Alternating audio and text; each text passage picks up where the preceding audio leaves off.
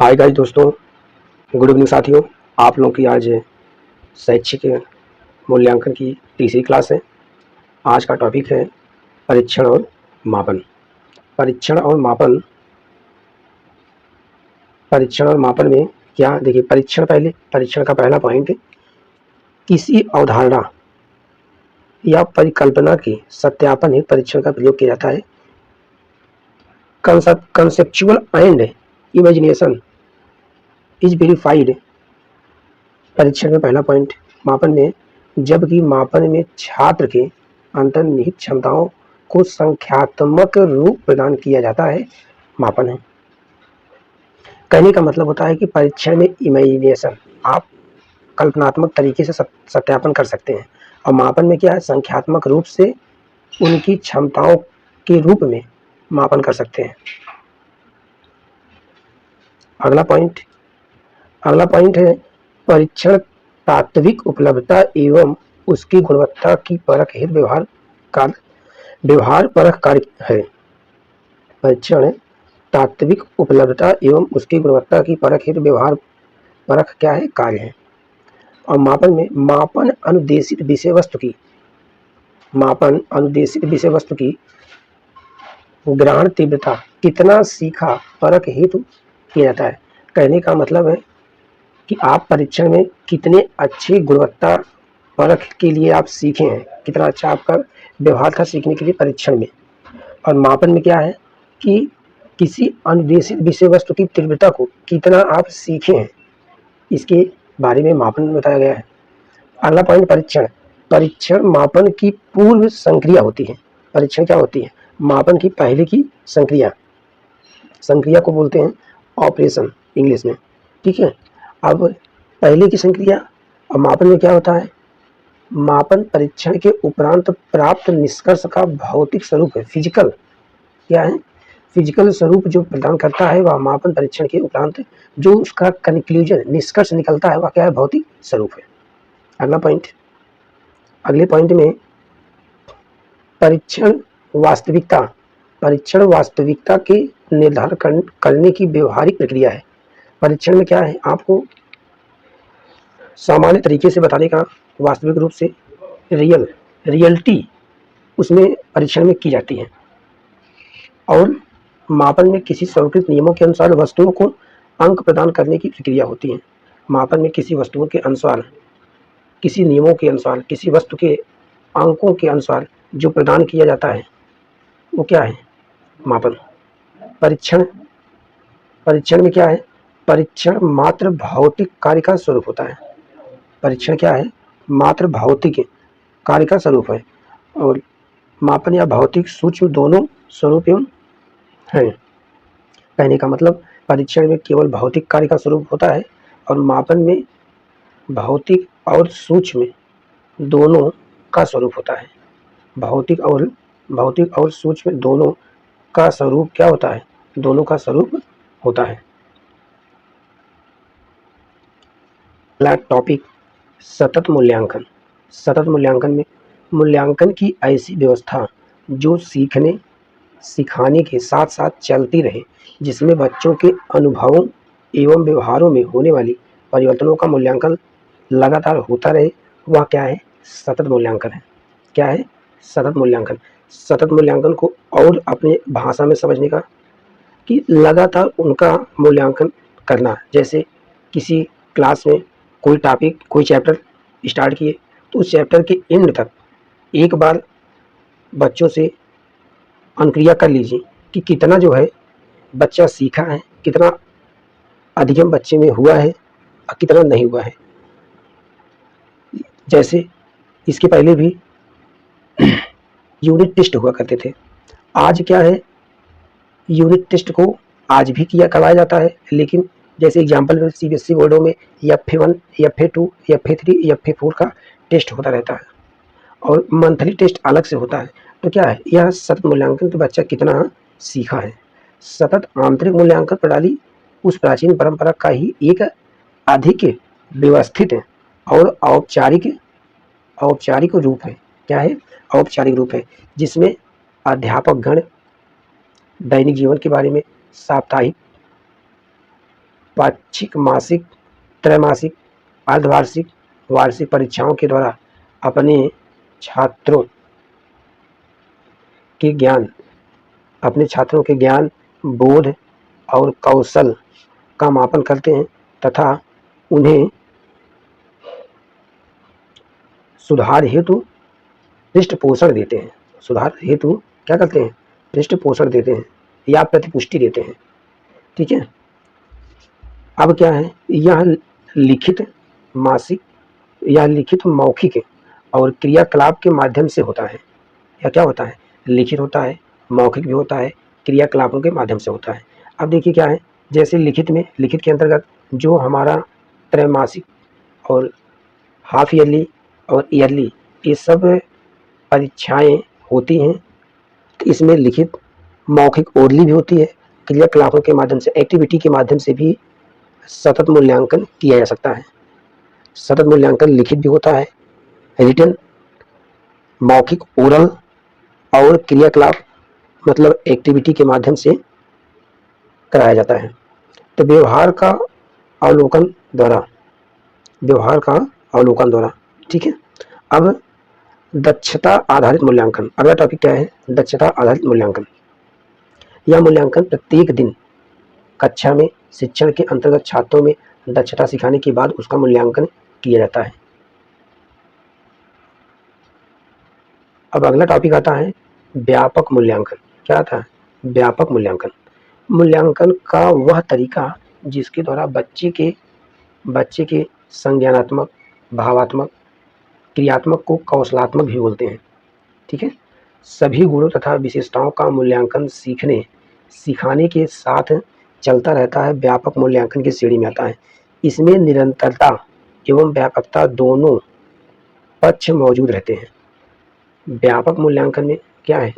निरंतरता और व्यापकता दोनों पक्ष मौजूद होते हैं। इसके अंतर्गत संज्ञानात्मक, भावात्मक, क्रियात्मक को कौशलात्मक भी कहते हैं। 3, इन सभी गुणों की विशेषताओं का मूल्यांकन सीखने सिखाने के साथ साथ चलता रहता है। यही क्या है? व्यापक मूल्यांकन के अंतर्गत आते हैं। व्यापक मूल्यांकन में प्रायः अंक, ग्रेड की व्यवस्था और प्रमाण पत्र देने के लिए समय समय पर परंपरागत परीक्षण एवं परीक्षाएं होती हैं। ये बच्चे के मूल्यांकन में पूरी तरह से सहायक नहीं होती हैं, क्योंकि लिखित परीक्षाओं से हम केवल संज्ञानात्मक पक्ष का मूल्यांकन कर पाते हैं। अगर रिटन पेपर होता है तो बच्चे का सिर्फ हम क्या कर पाते हैं? केवल संज्ञानात्मक पक्ष का मूल्यांकन कर पाते हैं। प्रयोगात्मक परीक्षाओं, कार्यों से भी संज्ञानात्मक पक्ष का ही मूल्यांकन हो पाता है। मतलब जो प्रैक्टिकल होता है परीक्षा के बाद या पहले, जो प्रैक्टिकल में जो कार्य सभी करवाए जाते हैं, वो सभी कार्य क्या है? संज्ञानात्मक पक्ष के मूल्यांकन को ही बताता है। अतः मूल्यांकन में बच्चे के संज्ञानात्मक मूल्यांकन में क्या है? बच्चे के संज्ञानात्मक, भावात्मक और कौशलात्मक या क्रियात्मक सभी पक्षों के गुण और विशेषताएं होना आवश्यक है। इस प्रकार के मूल्यांकन का क्षेत्र बच्चे का संपूर्ण व्यक्तित्व है। अतः व्यापक मूल्यांकन की दृष्टि से अग्रलिखित पहलुओं पर ध्यान देना आवश्यक होगा। ठीक है। अग्रलिखित पहलुओं पर क्या होगा? ध्यान देना आवश्यक होगा। यह क्या है? संज्ञानात्मक, भावात्मक और कौशलात्मक। ठीक है। यह तीनों ही इसके अंतर्गत आते हैं। व्यापक मूल्यांकन में जो उनके गुण होते हैं, व्यापक मूल्यांकन के गुण व्यक्तिगत और सामाजिक गुण होता है। व्यापक मूल्यांकन में व्यक्तिगत और क्या होता है? सामाजिक गुण होता है। व्यक्तिगत और सामाजिक गुण, व्यक्तिगत में क्या है? इसके अंतर्गत नियमबद्धता, क्या होता है? नियमबद्धता। उसके बाद में समयबद्धता, नैतिकता, स्वच्छता, सहयोग, उत्तरदायी की भावना, नियमितता, निष्ठा और दृढ़ता का समायोजन होता है। निष्ठा और दृढ़ता का क्या होता है? समायोजन। अगला गुण है क्या? अभिरुचियाँ। अभिरुचियों के अंतर्गत क्या आएगा? संगीत आएगा, साहित्य आएगा, कला आएगी, प्रकृति दर्शन भी आएंगे। ठीक है, उनकी अभिरुचियाँ क्या है। अब आता है अगला गुण अभिवृत्तियाँ। अभिवृत्तियाँ, इसमें धर्मनिरपेक्षता, समाजवाद, राष्ट्रीय एकता, भावात्मक एकता यह अभिवृत्तियों के अंतर्गत आता है। अब आता है स्वास्थ्य।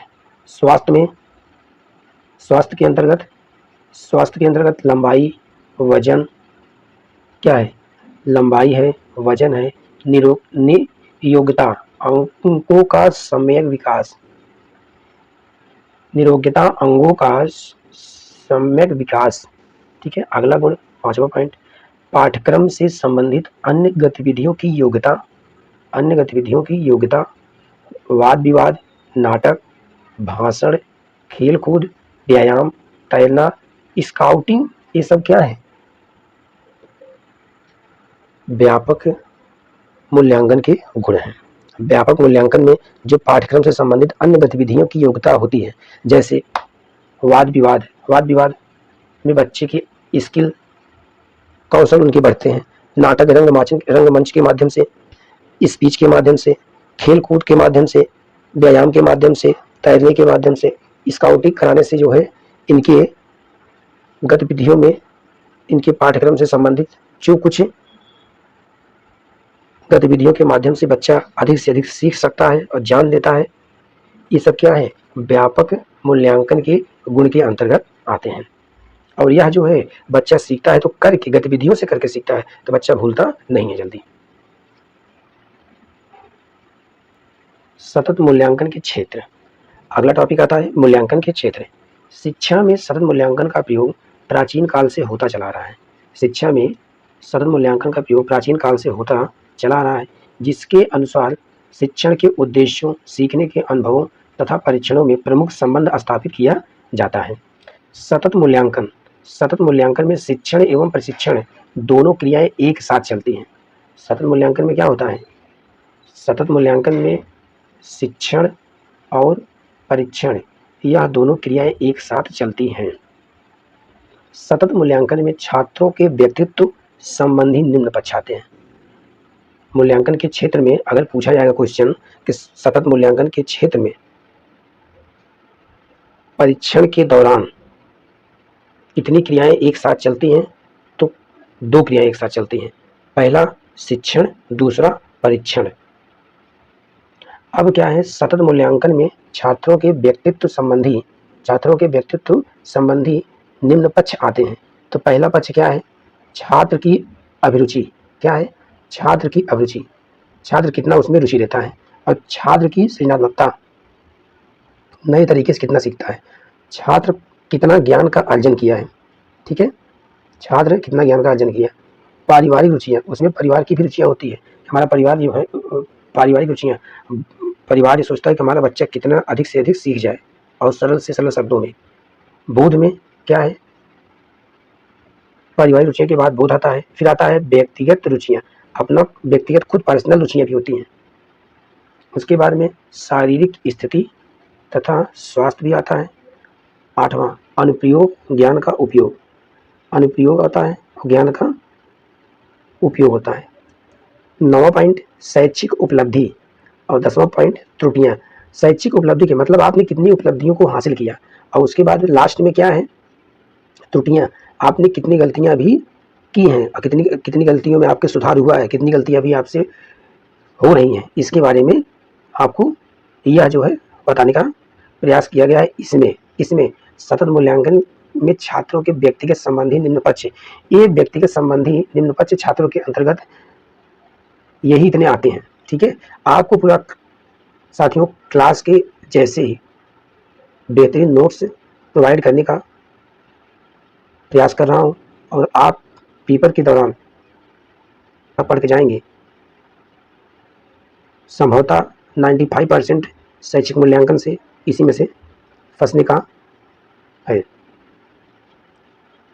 चलिए, मूल्यांकन का महत्व, अब देखिए इसमें मूल्यांकन का महत्व क्या है, इम्पोर्टेंस इसमें क्या है, छात्रों की कमियों की तत्काल जानकारी होना। अगर आप इनका सतत मूल्यांकन करते हैं, किसी बच्चे को आप पढ़ाने के लिए या किसी काम में किसी भी वस्तु के लिए, कुछ भी करने के लिए उनको आप दे दिए और उनका मूल्यांकन आप कर लिए तुरंत, तो उसमें यह पता चल जाता है कि बच्चा अभी कितना सीखा है, कितनी कमियां अभी कर रहा है, इस सब के बारे में तत्काल जानकारी मिल जाती है। और किसी कमी, सेकंड पॉइंट में कमी पूर्ति के पर्याप्त अवसर का होना, मतलब आप जान लीजिए कि कमियों की पूर्ति के लिए पर्याप्त अवसर का होना, आपको अवसर मिलता है कि आप अपनी कमियों को सुधार लेते हैं। समय रहते ही अपनी कमियों को सुधार लेना यह पर्याप्त अवसर का कहलाएगा।